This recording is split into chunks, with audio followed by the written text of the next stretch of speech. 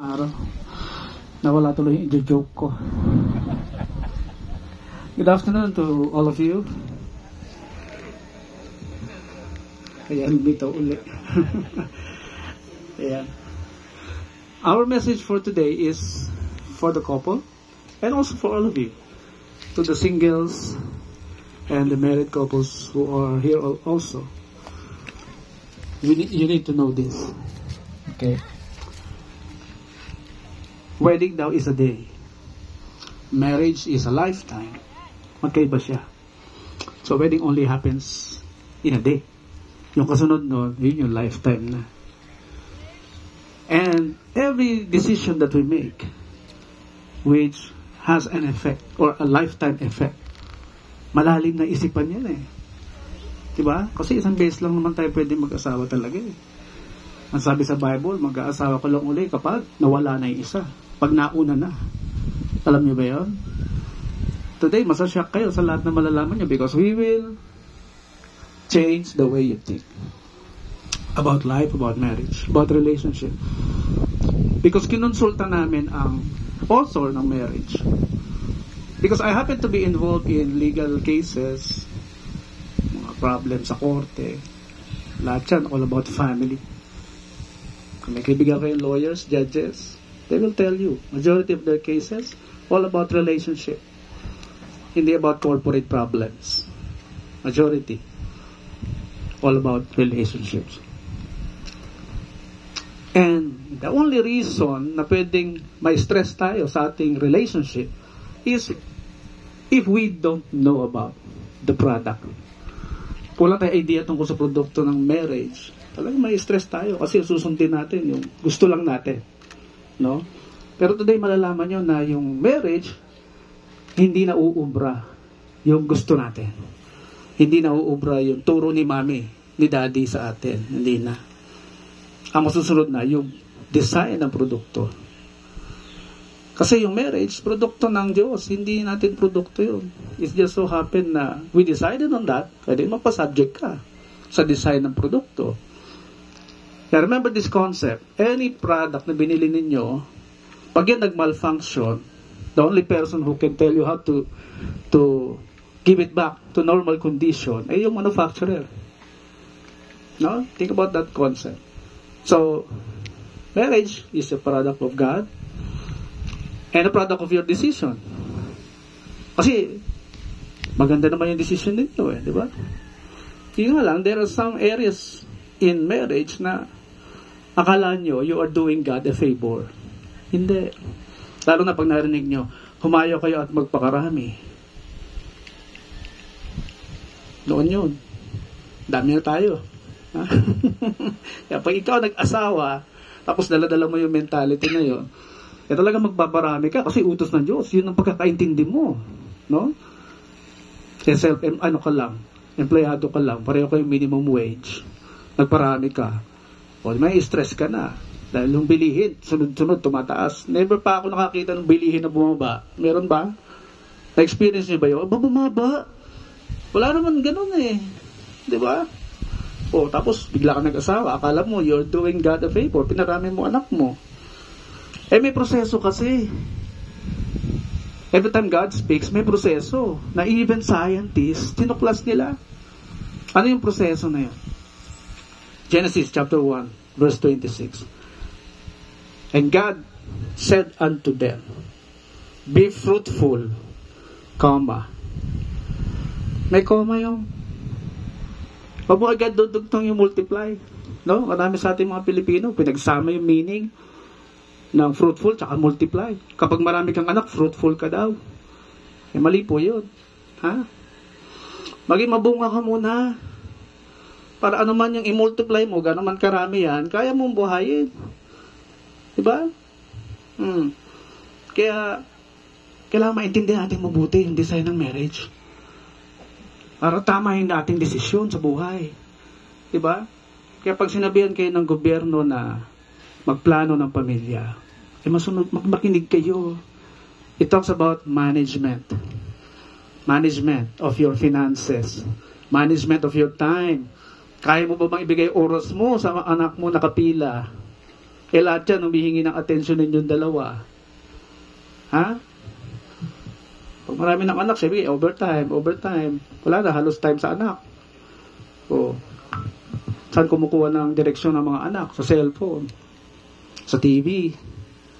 O, kaya magugulat na lang kayo, saan natutunan yung anak? Ha? Saan na nakuha yan? Eh kasi busy kayo mami, daddy. Okay? So, sa relationship ninyo, maaaring na-stress kayo minsan. At merong reason niya kung bakit. Okay ka lang dyan. Alam ko marami sa inyo naniniwala na hindi imposible Pero yung lang, o imposibleng walang away. Kailangan lagi may away, no? sa pag-aasawa. Ibahin niyo yung terminology niyo. Ibahin niyo. No? Imbes na away, gamitin niyo yung salitang discussion. Nagdi-discuss lang naman tayo. Di ba tayo nag-aaway?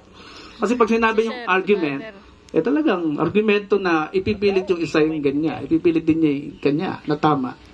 Argumento tawag doon. Okay? Gawin yung discussion. Tapos mahinahon. Ganun lang. May mga feelings kayo during your relationship which I'm sure na babalidate nyo. No? Wala sir, bakit kaya lang kita. Naiinis ako pagka nagsha-shopping siyang hindi ko alam. No? Sa mga husband. Ba't kaya ganito feeling ko? Bakit naiinis ako kapag may kumakausap sa kanyang ibang babae? Or ganun din naman sa babae. Diba? Ba't naiinis ako pag mayroon siyang kinakausap na ibang lalaki? It's a natural feeling. Bakit? There is an ownership feeling Pag nag-asawa ka, akin ka. Sinisira ng mundo yan, yung mentality na yan. Sinong mundo? Yung Western world, tinuturuan tayo ng equality. Diba? Inaalis nila yung totoong design ng marriage. Kaya nai-stress tayo lahat mga Pilipino. Dinidiktahan tayo Diba? Anong sabi ng equality? Pantay daw kayo sa lahat, etc. Pag pinantay mo yan, pinasok mo sa marriage, talagang pareho kayong magiging leader sa bahay. Araw-araw kayong may argumento. Araw-araw kayong may clash. Clash of king and queen. Malinaw ang sabi ng Diyos, di ba? Genesis chapter 1 or chapter 3 verse 17. Ang linaw. Para hindi natin manghula. Hindi naman din na pag-aralan ng science yun. Basta natuklasan ng science, kapag babae, kailangan nila ng love lagi and attention because they are created to be emotional. Sa lalaki, created to be logical.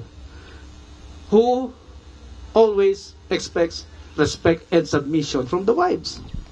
Diba? Yun yung feeling nyo na hindi nyo control. Ganon din kayo, hindi nyo invento yan. But it is there. It is called natural design ng male and female. Ito ang kaibahan. Kapag natural design, kaibahan sa mga gawa ng tao. Okay? Sa gawa natin. Ang natural design, yung hindi tayo may control, hindi tayo gumawa. Wala rin tayong say doon. Hindi tayo entitled sa ating opinion or kondisyon. Kapag narinig nyong husbands, love your wives and do not be harsh to them. Hindi po yung suggestion. Hindi rin yung recommendation. Husbands? Love your wives. It's a verb word which denotes action. May gagawin ka. Gustong-gusto nila lagi nilalambing, binibigyan ng attention. What else? Yung parang baby. Alam niyo yun? That's how they feel. They want to feel like a baby. That's what they feel. Naturally. Hindi nila control yun Yung pag busy-busy ka, husbands, hanapan ka ng attention yan. Because they are our baby. Saan galing yun? Sa Genesis, yung binasa kanina, hinugot yung babae sa dadyang ng lalaki. Tayo yung unang nanganak. Mga lalaki, galing siya sa katawan natin. Kaya hindi siya kinuha sa lupa Bakit? Para maintindihan natin, kapag kayo nag-asawa, galing yan sa katawan mo. That is your baby.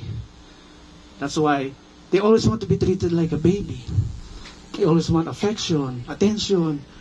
Hindi mo pa rin pwedeng paiyakin yan. Di ba, baby, ganon? Ayaw natin paiyakin. Ayaw natin gutumin. Laging protected. Laging secured.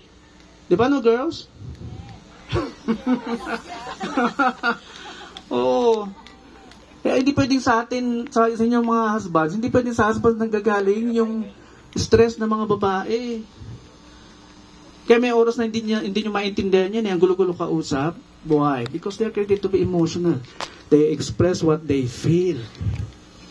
Kaya pag yan, frustrated sa'yo, husbands, hindi mo magugustuhan yung mga sasabihin niya. Laging yung magiging nagi. Ha? Kasi frustrated eh. Pasayahin mo lagi yan.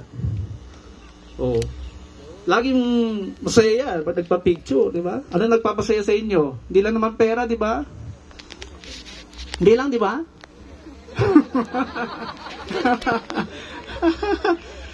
Mas priority niya pa rin yung atensyon ng husband nyo. Secondary, pera, yes.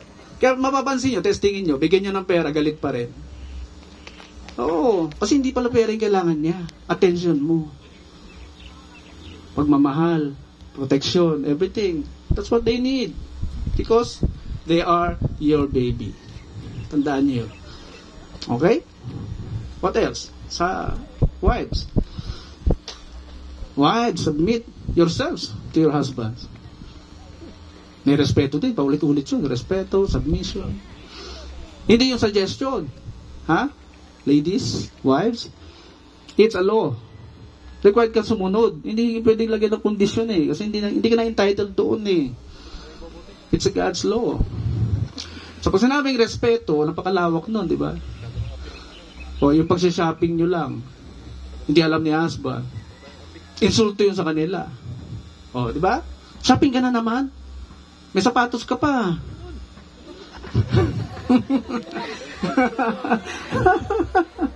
Oh, ang dami ng sapatos, kapilan na.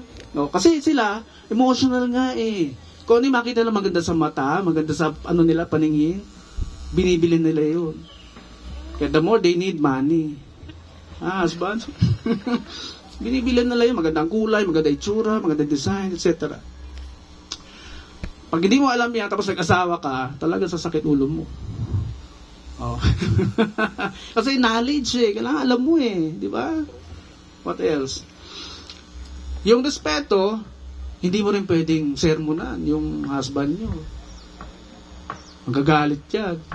Na-try nyo na, sinermonan yung asawa nyo? Magagalit. Di ba? Kasi part ng respeto yun eh. Oh, tapos sinabihan mo, matapos ka mag-shopping, bakit? Pera ko naman to ah. Oh, di ba sasagot ka gano'n? Matutuwa kayo? Tutuwa kayo? Dudugtungan pa niya. Gusto ko lang bilhin to noon pa, hindi mo mabili-bili. Oh, matutuwa kayo? Oh, hindi. Oo, kasi bahagi yun ng salitang respeto. Okay? Hindi sila pwedeng iniinsulto. Hindi sila pwedeng sinisermonan. Hindi sila pwedeng minamando or tinuturuan kung anong gagawin sa buhay. Alam niyo kung bakit? Kasi Genesis chapter 1 verse 15, lalaki ang inatasang mag-take the lead sa family. Kapag di ka nag-take the lead, they will also take the lead. They can also be leaders eh. They can lead a country. They can lead an organization. They can be senator. Sila magli-lead sa family. Di ka nag-take the lead eh. Pero that is only for a time. Temporary lang yun. Their bodies are not designed to handle stress. I've seen that a lot of times. Yung mga clients na nagpupunta sa amin, nai-stress yung babae. Bakit? Di nagtitake the lead si husband eh. May nagpunta pa nga, sabi niya, gagawin ko lahat ng inuutos mo. Naging driver na lang nung babae kasi may business. After a few months, pupunta na sa opisina namin. Kasi po itong husband ko lahat na lang pagtanungin ko, puro kalokohan sinasagot. Husband, kailangan ng asawa niyo ng direksyon. Ayan po, yung sinabi ng Diyos sa lalaki sa Garden of Eden. Direksyon. Ano yung direksyon? Vision. Pangarap. Paninindigan. Paniniwala sa sarili. Kasi hindi sila natutuwa kapag hindi kayo marunong manindigan sa desisyon nyo. Hindi sila natutuwa. Sila magdi-decide. At ikaw naman yung hindi matutuwa. Kasi nag-take over. Okay? So better take the lead, husband. Dahil hindi rin nila gusto yung lalaking walang direksyon. Nawawala sila. Bakit? They are emotional. Balik tayo doon. You need to take the lead. Ha? Gil? Etong pinakamagandang balita. Women are created to be smart. Alam niyo ba yun? Pag nag-aral palalo yung mga yan, naku, smarter yan. At napaka-useful niyan sa lalaki, sa husband. Bakit? Kinabit sa kanila yung salitang helper. And helper means ezer. And ezer is the name of God every time lalapit ang tao sa kanya during emergency cases. Yun ang pangalan niya during urgent cases. At yun ang binigyan sa babae. Ano ibig sabihin nun? Takbuhan sila ninyo sa oras ng pangailangan. Ano yun? Yung natural na pangailangan, yung hindi mo control, hindi mo invento, pero nandun. O kagaya nung sex. Nahihiya pag-usapan yan, pero pag di nyo naintindihan yan, magkaka-problema talaga kayo. Scientifically discovered, every 2 to 3 days, they release. Pag bata pa. Pag may edad na, once a month, twice a month, okay? Habang nagkakaedad na. So, don't forget na isa yan sa kailangan nyo i-comply. Okay? They need it. Parang sasakyan. Kung di mo lalagyan gasolina, hindi yan tatakbo. Hindi mo bigyan ng sex, hindi rin yan tatakbo ng maayos. Mainit ulo niyan. So, scientifically discovered, the first time in-ignore mo yan, okay lang. Tapos pangakuan, bukas na lang. O, kasi mga husband, di marunong. Pag sinabing bukas na, titiis na lang. So, third time na i-reject mo yan, hindi na interesado sa iya. Oo. Di ba na, sir?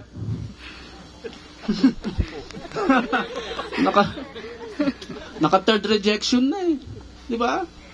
A few weeks later, magsha-shower yan, maririnig mo kumakanta ng kung malaya lang ako, kung malaya lang ako. Hugot yan.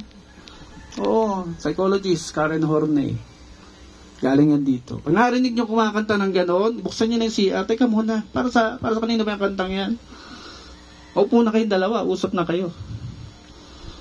Kasi naman ang lalaki, hindi alam, kapag pagod ng misis, magtitiis lang, walang gagawin. Eh kung yung lalaki marunong, may alam, saan ba masakit sa'yo? Saan ba pagod? Saan ka ba pagod? Diba? Masayihin nyo lang yan. Sayo-sayo niyan. Diba no? O maya-maya, you'll get what you want. Na-condition na eh. Conditioning. Kasi sa lalaki, hindi marunong maglambing. Kasi hindi ako marunong maglambing eh. Maglambing ka, required eh. Diba? Yung bang kahit nagluluto, yakapin mo. Oh, masarap yung niluluto mo ah. Diba? You like that? You want that? Oh. Kaya pag hindi malambing lalaki, wala. Malulungkot yung wife. Mag-a-adjust kayo talaga, husbands. Ha? Hindi kasi yung suggestion. They are emotional creatures. They need affection all the time. Finally, nai-stress ang isang mag-asawa because may kanya-kanyang gusto. Conclusion na to. Pipilit niya yung gusto niya, pipilit niya yung gusto ng isa. So may clash talaga. So kung may isang leader na kinonsulta muna yung asawa bago magdesisyon, o di walang pagtatalo, na-involved ka sa decision making eh. Diba? Pero yung ikaw lang nagdesisyon, sinurprise mo na lang asawa mo, magre-reklamo talaga yan. Nasaan ako sa marriage na ito? No? Magko-question na ng ganun. Di mo kayo ini-involve eh. Puro na lang ikaw ang decision.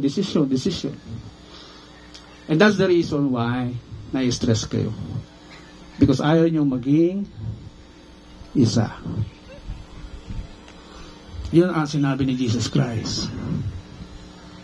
Dahil matigas ang ulo nyo, sabi niya sa mga nagtatanong sa kanya, bakit pinayagan ni Moses na mag-divorce sa mga tao? Ang sagot ni Jesus, dahil sa titigas ng ulo ninyo. Pero paano titigas ang ulo? Atras tayo pabalik. Doon sa truth, sa Genesis. Ang sabi doon, male and female, and they will become one. One in heart, one in soul, one in decision, everything, isa lang. Eh pag meron kasi namimilit na ako, mas tama ako eh. Mas edukado ako sa'yo eh. Mas marami pa experience sa'yo. So doon na nagkakaproblema. Pero pag babae ang kinonsultan nyo, kahit pa yan hindi nag-aral, lalo na pag nag-aral, pinag-aral nyo, o tatalino yan. Yung hindi nyo naiisip, maiisip nila.